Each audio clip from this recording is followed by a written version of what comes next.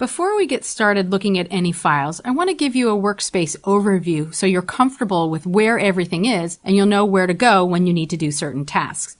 We'll start by looking at the top of the screen up here where your menu is.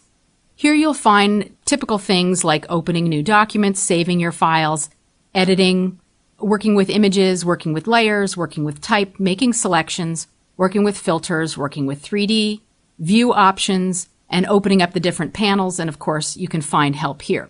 Now if you've worked with different versions of Photoshop before, one of the first things that you're going to notice is how different the layout looks. Most notably, it's the darker interface and the sort of clean lines of the panels off to the right. If you've worked with Lightroom or Photoshop Elements, you're used to a darker workspace. If you really find this bothersome, you can go into the preferences in Photoshop and make it lighter. The Preferences is located under the Edit menu in Preferences on a PC or under the Photoshop menu on a Mac. And you'll just open up the Preferences and you can go through each of these different categories to modify things.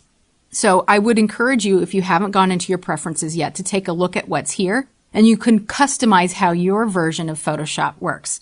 If you go to the Interface category, you'll see the color theme. By default, it's set to this medium gray, but you could go darker if you want, or go lighter to one of these other two options. We're going to work in the default medium gray color space. And again, you'll want to go through here looking at the different categories. For instance, you may want to increase your history states to something like 50 while you're working so it will remember more things that you can do and you have multiple levels of undo. Other things in here are working with cursors, transparency, units and rulers. We'll be working with the default inches and points. There's some things about guides, plugins, type, and 3D. When you've finished making your changes, just click OK, and those will be permanent changes unless or until you change them again.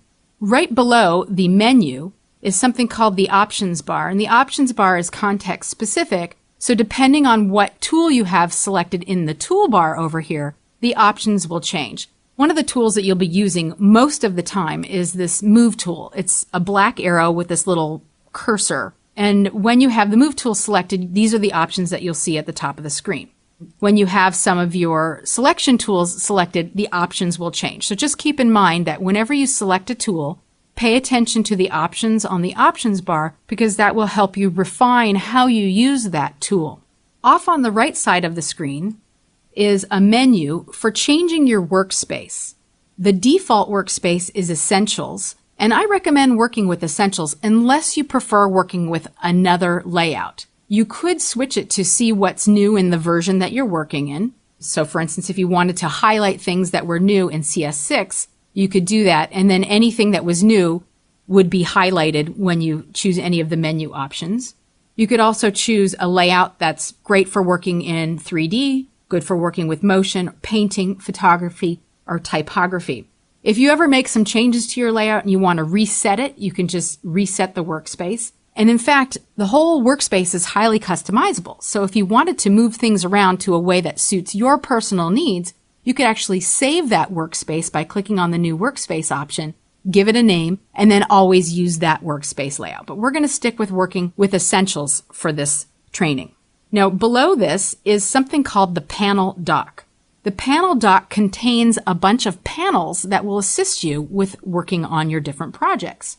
The Panel Dock can be expanded and collapsed by clicking the double arrow, and there's actually two columns here. So you could expand and collapse these. Typically, the right side is always open, always expanded, and the left side is always collapsed and will expand as you work on different panels and then collapse when you're done. The whole Panel Dock area is totally customizable. For instance, within each section is called a panel group, and you can drag and drop the tabs of panel groups to rearrange them in whatever order works best for you. You can also drag and drop an entire panel outside of the dock and work with it as a free-floating panel, or you can drag it back in to an existing panel group or between some panel groups as its own panel group. So I'm going to put the color back where I found it, actually right in here, and put it back the way it was. There we go.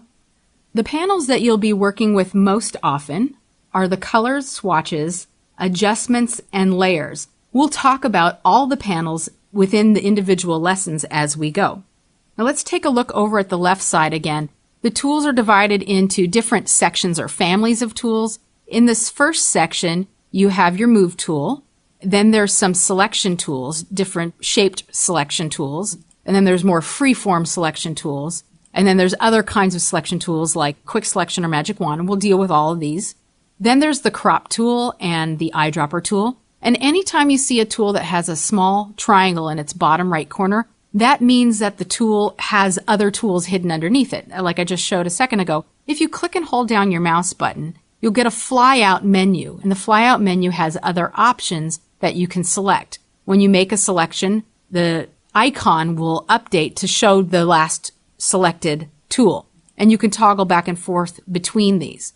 Other things to note is that if you see a letter next to a tool, that is the keyboard shortcut. So if you click the letter M when you were on a different tool, it would bring you to the rectangular and elliptical marquee tool. You could actually choose the M key on your keyboard to toggle between them.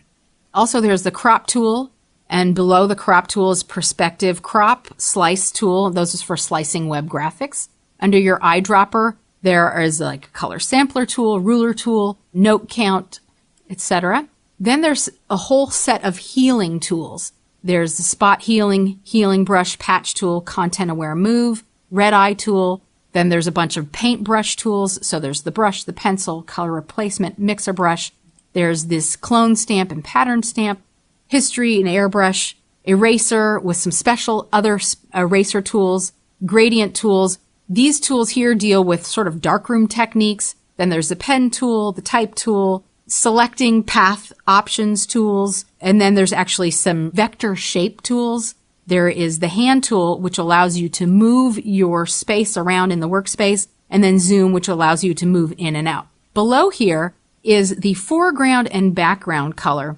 The foreground color lets you paint or draw in color, and the background is sort of like your canvas. Think of like when you're working on a painting, you usually start with a white canvas, although sometimes people like to paint on different colors, so you could prime your canvas with a different color. So always think of the background color as sort of your canvas, and the foreground color is the color of ink or paint that you're painting with. Or, if we're working with a photograph, it's the color that you're editing with. You can toggle the foreground and background colors by clicking on this little arrow. You can also use your X key, it's a keyboard shortcut, to toggle between those.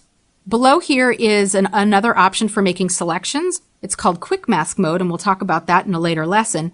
And then the last thing is to change how your screen displays. There's 3 options: standard screen mode, full screen mode with menu bar, and without menu bar. And you can use your F key to toggle between those spaces. The last thing I want to mention is this panel at the bottom of the screen, which houses the mini bridge, which is a mini version of Adobe's Bridge. And you need to launch Bridge first before you can access the bridge. And then there's the timeline, which is an animation panel, which we will again talk about in later lessons.